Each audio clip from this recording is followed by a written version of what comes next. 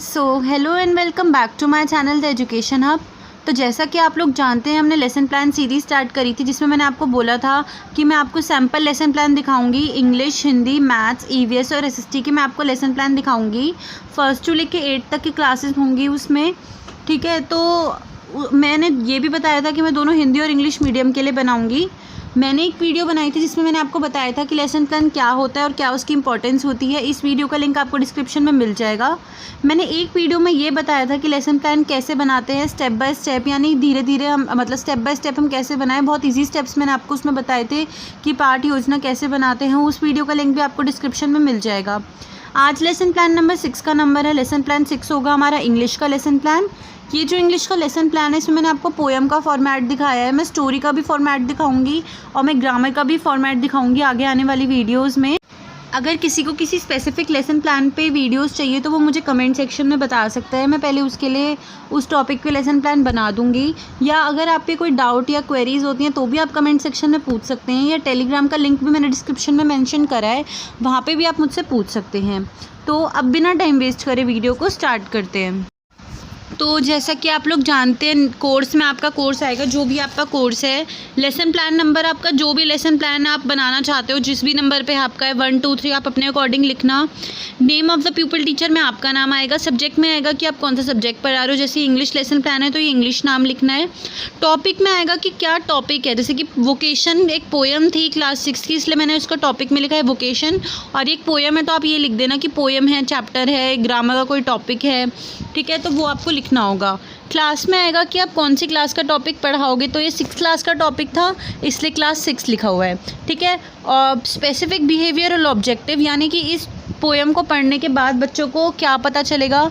तो बच्चे इसमें एक बॉय की स्टोरी है तो उसका रूटीन जानेंगे, ठीक है। एक हॉकर का क्या काम होता है उसके बारे में जानेंगे, गार्डनर के काम के बारे में जानेंगे, वॉचमैन के काम के बारे में जानेंगे, ठीक है।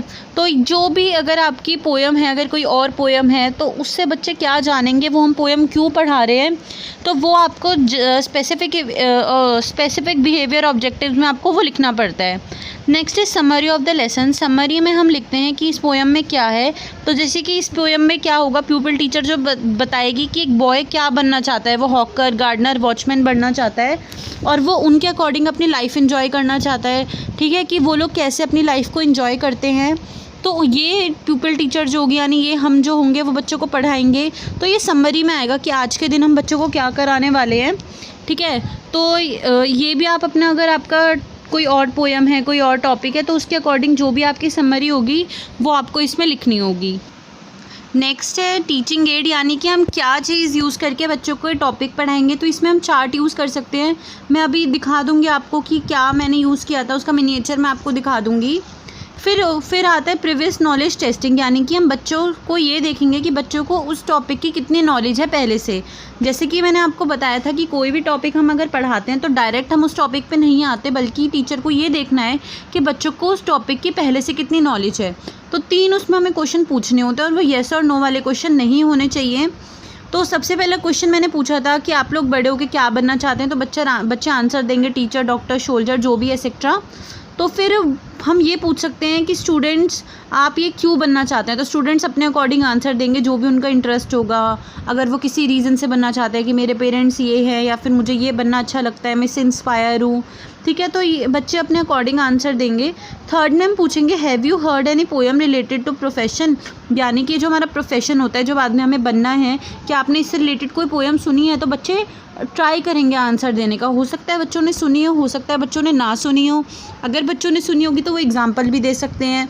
तो इसलिए इसमें लिखते हैं students will try to answer the question, ठीक है। Students will try accordingly. या फिर हम ये प्रॉब्लमेटिक क्वेश्चन जो है हम इसे नहीं बोलते, क्योंकि प्रॉब्लम नहीं है ये। हो सकता है बच्चों ने सुनी हो सकता है बच्चों ने ना सुनी हो। कई लोग इसको प्रॉब्लमेटिक क्वेश्चन लिखते हैं, जो कि गलत होता है।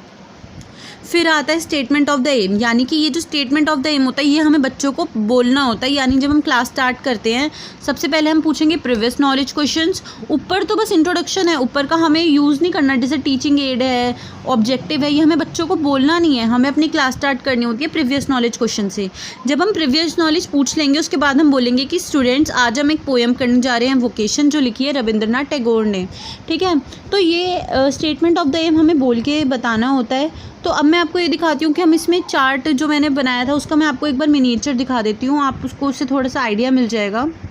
तो जैसा बच्चा सोचता है कि मैं वॉचमैन हूँगा, गार्डनर हूँगा, बेंगल सेलर हूँगा, तो बच्चा ये चाहता है कि मैं काश्य बनूँ, तो इसलिए ये 3 पिक्चर्स इसमें बनाई गई हैं। ऐसा एक चार्ट बनता है और ये उसका मिनिएचर है, यानी उसका शॉर्ट फॉर्म में है कि हमने क्या चार्ट में बनाया था। नेक्स्ट टॉपिक है हमारा प्रेजेंटेशन। प्रेजेंटेशन में बेसिकली ये होता है कि हम बच्चों को किस सीक्वेंस में पढ़ाएंगे। तो सबसे पहले हम टीचर जो होगी वो इंट्रोडक्शन देगी, इंट्रोड्यूस करेगी पोएम को, और जो स्टूडेंट्स होंगे वो ध्यान से सुनेंगे। साथ में हम ब्लैक बोर्ड पे लिख देंगे वोकेशन, पोएम का नाम, और नीचे राइटर का नाम भी हम लिख सकते हैं, पोएट का नाम बेसिकली हम लिख सकते हैं। फिर आएगा रेसिटेशन। ये पोएम का फॉर्मेट है इसलिए रेसिटेशन आया है। इसमें टीचर जो होगी प्रॉपर वॉइस मॉड्यूलेशन के साथ पोएम को बोलेगी, पोएम को रेसाइट करेगी, और स्टूडेंट्स जो हैं वो अटेंशन पे करेंगे, ध्यान से सुनेंगे। इसमें ब्लैक बोर्ड वर्क कुछ भी नहीं होगा इसलिए डैश लगाया हुआ है। उसके बाद आता है लाउड रेसिटेशन। लाउड रेसिटेशन में टीचर जो होगी वो बच्चे से बोलेगी पोएम को लाउडली रीड करने के लिए, और जो स्टूडेंट्स होंगे वो पोएम को रिसाइट करेंगे। और टीचर की हम ये भी लिख सकते हैं students will follow teachers instruction, ठीक है। या फिर हम ये भी लिख सकते हैं students will recite the poem with proper voice modulation, ठीक है। कुछ भी लिख सकते हैं आप, अपने कन्वीनियंस के हिसाब से कुछ भी लिख सकते हैं। और ब्लैक बोर्ड वर्क इसमें नहीं है इसलिए हम नहीं लिखेंगे। Next is pronunciation drill. Pronunciation drill में क्या होगा, जो टीचर होगी वो डिफ़िकल्ट वर्ड को अनाउंस करेगी, स्टूडेंट्स टीचर के पीछे रिपीट करेंगे। और ब्लैक बोर्ड वर्क में हमें वो वर्ड्स लिखने हैं जो कि डिफ़िकल्ट थे प्रोनाउंसिएशन के लिए, इसलिए ब्लैक बोर्ड वर्क में वो आ जाएगा। टीचर को जो भी डिफ़िकल्ट वर्ड लिखते हैं वो उसे ब्लैक बोर्ड में साथ में लिख देगी। नेक्स्ट है वर्ड मीनिंग। जो वर्ड मीनिंग होंगे, जो डिफ़िकल्ट वर्ड होंगे, उसके मीनिंग जो होगी वो टीचर बच्चों को बताएगी और ब्लैक बोर्ड पे लिखेगी। स्टूडेंट्स वो अपनी नोटबुक में लिखेंगे और जो वर्ड मीनिंग होगा वो टीचर साथ में ब्लैक बोर्ड पे लिख देगी। Next is explanation. उसके बाद टीचर जो होगी वो पोएम को एक्सप्लेन करेगी अपने वर्ड्स में, स्टूडेंट ध्यान से सुनेंगे और अंडरस्टैंड करेंगे। इस टाइम पर कोई ब्लैक बोर्ड वर्क नहीं होता इसलिए डैश लगाया हुआ है। उसके बाद आता है साइलेंट रीडिंग का टाइम। साइलेंट रीडिंग में टीचर जो होगी वो बच्चों को बोलेगी कि वो पोएम को साइलेंटली रीड करे, और समझ ना आए तो वो बाद में पूछ सकते हैं। स्टूडेंट्स जो होंगे वो रीड करेंगे पोएम को साइलेंटली, और इस टाइम पे भी कोई ब्लैक बोर्ड वर्क नहीं होता। स्टूडेंट एक्टिविटी में हम ये भी लिख सकते हैं कि students will follow teachers instruction, यानी जो भी टीचर ने बोला है वो उसको फॉलो करेंगे, ठीक है। हम कुछ भी लिख सकते हैं, ये कोई हार्ड एंड फास्ट रूल नहीं है कि आपको यही लिखना है। उसके बाद आता है एक्सटेंशन ऑफ लर्निंग, यानी कि अपनी लर्निंग को इन्हांस करने के लिए, यानी जो बच्चों को हमने पढ़ाया है उसे और इम्प्रूव करने के लिए, बेटर वे से या और एक्सटेंड करने के लिए टीचर क्या कर सकती है। तो मैंने आपको पहले बताया था वो क्लासरूम में क्वेश्चन भी पूछ सकती है, होमवर्क दे सकती है, वर्कशीट दे सकती है, गेम्स खिला सकती है। तो इस वाली पे मैंने बनाया था कि वर्कशीट देगी टीचर, तो मैं अभी वर्कशीट आपको दिखा देती हूँ। तो जो वर्कशीट होती है बेसिकली हम जो क्वेश्चन आंसर्स होते हैं वो तो हम होमवर्क में भी दे सकते हैं, क्वेश्चन आंसर्स क्लास में भी पूछ सकते हैं। जो थोड़ी वर्कशीट हो ना वो बाकी चीज़ों से थोड़ी डिफरेंट हो, इंटरेस्टिंग हो, स्टूडेंट्स इंटरेस्ट लेके उसे कर सके, इसलिए आप उसमें MCQ दे सकते हो। या फिर जैसे मैंने list of dos and don'ts बनाए थे, जो बच्चा को पसंद है, बच्चे को नहीं पसंद है। जैसे बच्चों को अपने घर में क्या पसंद है करना, क्या नहीं पसंद है, वो बच्चे लिखेंगे, तो ये थोड़ी एक्स्ट्रा एक्टिविटी भी हो जाएगी और उससे उनकी लर्निंग भी इन्हांस हो जाएगी, ठीक है। तो वर्कशीट में हम थोड़ा नई चीज़ भी दे सकते हैं। तो होप है आपको वीडियो समझ आई होगी। अगर आपके कोई भी डाउट्स है तो कमेंट सेक्शन में पूछ सकते हैं। And if you like watching the education hub videos, to do subscribe to my channel. Thanks for watching.